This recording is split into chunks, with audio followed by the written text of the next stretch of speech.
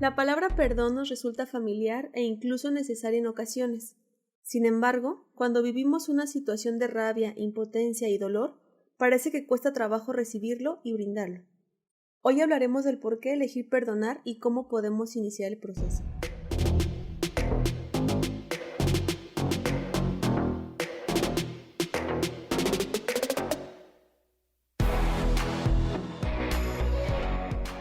Cuando escuchamos la palabra perdón, se nos viene a la mente un sinfín de historias que nos pasó o le ocurrieron a alguien a quien amamos y que también dolió. Estas experiencias están envueltas de traición, injusticia, mentiras, humillaciones, malos tratos, donde se fracturó la confianza, pero sobre todo percibimos que nuestros sentimientos no importaron. En su mayoría nos dicen que es necesario perdonar. Está desde la visión espiritual, la religiosa y la psicológica, que es la que vamos a hablar el día de hoy. Pero hasta que vivimos una experiencia dolorosa comienza la resistencia. ¿Por qué yo he de hacerlo? ¿Cómo le voy a conceder al otro alivio, liberación? ¿Así nada más? No es justo, no se lo merece. ¿Todavía que me lastimó yo voy a esforzarme para? De ninguna manera. Estos son algunos de los pensamientos que pueden pasarnos por la mente, aunque esas palabras funcionen a manera de escudo para evitar seguir siendo lastimado. El alivio solo es temporal porque el resentimiento y el dolor sigue latente. Me parece importante como punto de partida definir qué es el perdón. En el diccionario nos vamos a encontrar con estas dos. La primera, implica dejar de sentir resentimiento contra la persona que nos lastimó y con esto dejar de acusarlo. Evitar el es que tú me hiciste, por tu culpa, si hubieras pensado mal las cosas no estaríamos así, quien me traicionó fuiste tú. Y la segunda, renunciar a exigir alguna compensación por parte de la otra persona. Dejar de esperar que el otro haga algo al respecto por el dolor que nos causó. Para este último punto me gusta mucho como lo dice Demián Bucay. Perdonar es liberar un prisionero y darse cuenta después que el prisionero era uno. Era uno el que estaba atrapado. Quizá en la intención de no soltar, de no dejar impune esta ofensa, y en ese intento es cuando nos quedamos así, presos. Al dar por cancelada esta deuda, también nos quitamos la obligación de hacer algo al respecto. Si yo puedo perdonarte, no me debes nada y entonces ya no espero más. Voy a poner algún ejemplo. Supongamos que le presto dinero a un amigo y no necesito o no le pido un pagaré por la misma confianza, ¿no? Y entonces quedamos en un plazo y resulta que no solo no paga, sino que llega la fecha y no me llama, empieza a evitarme las llamadas, me decía mentiras tras mentira, negaba las cosas, hasta el punto en que terminó hablando mal de mí. Entonces, por motivos suficientes, estábamos muy molestos. Fue muy desgastante el proceso porque no solamente no recibí lo que esperaba de buena fe, no tengo un motivo legal para cobrarlo, pero más allá de perder ese dinero, fue todo lo que implicó el desgaste y todas las trabas que puso para darme cuenta que simplemente no tenía dinero y no fue honesto conmigo. Ante estas circunstancias, ¿qué puedo hacer? Desde el momento en que expreso ese coraje y no me lo quedo, y asumo que no hay nada más que pueda hacer. Ok, no me lo va a regresar. Ya perdí esa cantidad y lo acepto. ¿Y de qué forma no le estoy cobrando una deuda, además de la económica, la emocional? Pues verlo y no reclamarle, no hablar de él, sobre todo mal con otras personas, sino dejarlo a conciencia de cada uno. Asumir que yo perdí ese dinero y que también aprendí algo.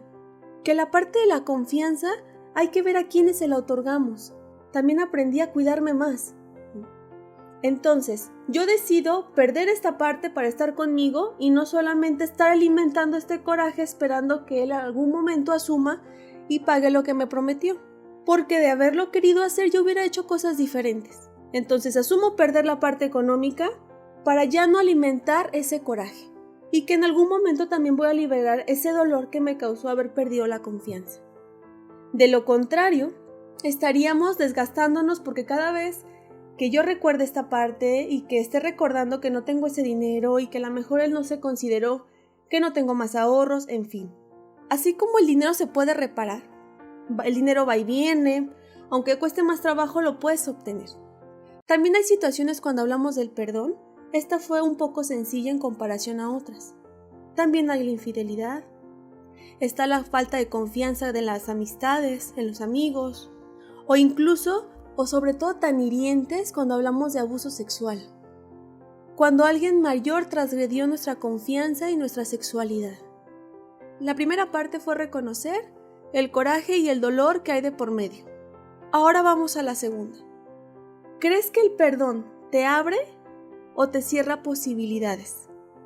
Esto es bien importante, porque muchas veces no queremos perdonar al otro porque lo relacionamos con que lo olvidamos, con justificar los hechos e incluso continuar con la relación como si nada de esto hubiera pasado. Y entonces ahí nos topamos con estos escudos que les comentaba al principio de esta barrera y es un no rotundo por obvias razones. Y el perdón no significa ninguna de estas. Entonces empecemos a replantearnos qué significa para ti perdonar. Se realizó un estudio en Buenos Aires sobre las razones del por qué sí perdonar y los resultados fueron los siguientes. El 30%, que fue la más alta, relacionaban la importancia del perdón para poder restaurar la relación. Era más la necesidad para poder continuar con la persona, que por eso decidieron perdonar. El 26% por salud mental y bienestar emocional. El 21% admite que es necesario perdonar para ser perdonado. Es esta parte de dar para poderlo recibir. El otro 20% dice darlo solo si reciben a cambio disculpas de la persona que los lastimó. Y el 11% por cuestiones religiosas. Aunque pareciera que perdonar se trata del otro, de otorgarle alivio, paz o consideración a quien nos lastimó, en realidad es un trabajo personal, porque al dárselo nos estamos haciendo cargo de ese enojo y ese dolor. ¿Provocado por alguien más? Sí, pero al final, quien lo siente en el corazón como una puñalada es uno mismo. Y se los planteo como en esta analogía. ¿Qué pasa con la bolsa de basura si no la tiramos? Al principio puede generar moscas, con el paso de los días genera mal olor, empieza a descomponerse la comida, el olor se hace cada vez más fuerte, huele mal hasta que se pudre. Aunque nosotros no hubiéramos puesto los desechos, es más, podríamos decir que ni siquiera es nuestra, termina afectándonos también. Pues algo similar pasa con el rencor y los resentimientos. Todo lo que se almacena en el corazón termina generándonos amargura. Por eso dicen que al otorgarle el perdón al otro, en realidad nos lo estamos dando a nosotros mismos. Quizá no sea por convicción al principio, sino más bien una necesidad de sentir alivio para sentirnos más ligeros, para que no siga doliendo cada vez que lo recordemos, para sentirnos en paz, sin deudas con esa persona o situación. Cuando vemos a la persona sin ese enojo de por medio, podemos llegar a la compasión, a comprender qué lo llevó a actuar así, quizá por su historia familiar, por sus propias creencias, heridas, miedos, inseguridades, y entonces dejamos de atribuir esas acciones como algo personal. Ya estaríamos en otro panorama. Entiendo las cosas no quiere decir que las acepto, sin embargo puedo verte como otra persona más, sin la etiqueta del malo. Esto suele pasar con el tiempo, sin plantearlo o ponérnoslo como meta. Es más bien un nivel más de este proceso del perdón, porque entonces ya no solo nos liberamos del coraje, sino que además nos ponemos en el lugar de la otra persona. Podríamos decir que detrás de las palabras te perdono, hay una historia de rabia y dolor que fueron reconocidas y expresadas, y que al hacerlo lo han dejado de cargar. También es una forma de reencontrarnos con nosotros mismos, porque nos obliga a voltear hacia nuestro interior y reconstruirnos a partir de ello. Perdonar, desde luego, no significa olvidar. De entrada, ¿cómo podríamos olvidar algo que nos marcó tanto? Y por subsecuente, ¿de qué me sirve olvidarlo si con ello tampoco tendría presente lo que aprendí? Bien lo decía Gandhi con esto, que perdonar era un atributo de valientes, porque elegían hacerlo antes de hacerse presos de sus resentimientos. Lo más trascendente de este proceso, más que otorgarlo a alguien más y lo que implica, es dárnoslo a nosotros mismos. No ha habido ninguna situación dolorosa donde no haya una culpa de por medio, ya sea por no haberlo podido evitar, por quedarnos callados, por no haberlo visto, por no habernos protegido. Sin embargo, Algo que perdemos de vista, o más bien no lo queremos ver, es que hicimos lo mejor que podíamos hacer con lo que teníamos. La pregunta sería la siguiente: ¿nos amamos lo suficiente para ser capaces de perdonarnos? ¿Podemos perdonarnos cualquier cosa? Y con esto no me refiero a minimizar los hechos o hacer las cosas sin considerar al otro, por supuesto que no, sino más bien cuando hablamos de podríamos perdonarnos cualquier cosa esa, poderme quitar esa deuda y entonces dejar de castigarme por ello. El teólogo y filósofo Paul Tillich escribió: el perdón es el medio para reparar lo que está roto. Toma nuestro corazón roto y lo repara, y de sentirse atrapado lo libera. A modo de cierre, el proceso del perdón es personal. Si bien es cierto que genera alivio el soltar ese enojo y el dolor, no es obligatorio brindarlo de primera instancia. Cada persona tiene su momento. No es imposición o regla, porque de verlo así, el deseo por convicción de sentirnos mejor no sería nuestro. Sería más una obligación, y entonces ya no funcionaría. Es válido decir, sí me ayudaría, aunque por ahora no puedo o no deseo hacerlo. La herida sigue muy abierta y en este momento lo que necesito es calmar el dolor. En la medida en que vaya cicatrizando, ya veré si podré retomar el perdón para entonces volver a hacerlo y cuidar que esa herida no se vuelva a abrir. O por el contrario, también nos podemos encontrar en esta parte de, ok, reconozco que lo necesito porque me sigue doliendo, siento rencor, no estoy en paz con estas personas aunque quisiera, no he podido soltarlo. Ahí también nos da un indicio que deseamos iniciar con este proceso aunque no tengamos toda la claridad para poderlo empezar. Espero que este episodio les haya dado un panorama más amplio de lo que implica perdonar. Voy a dejarles las siguientes preguntas a manera de reflexión.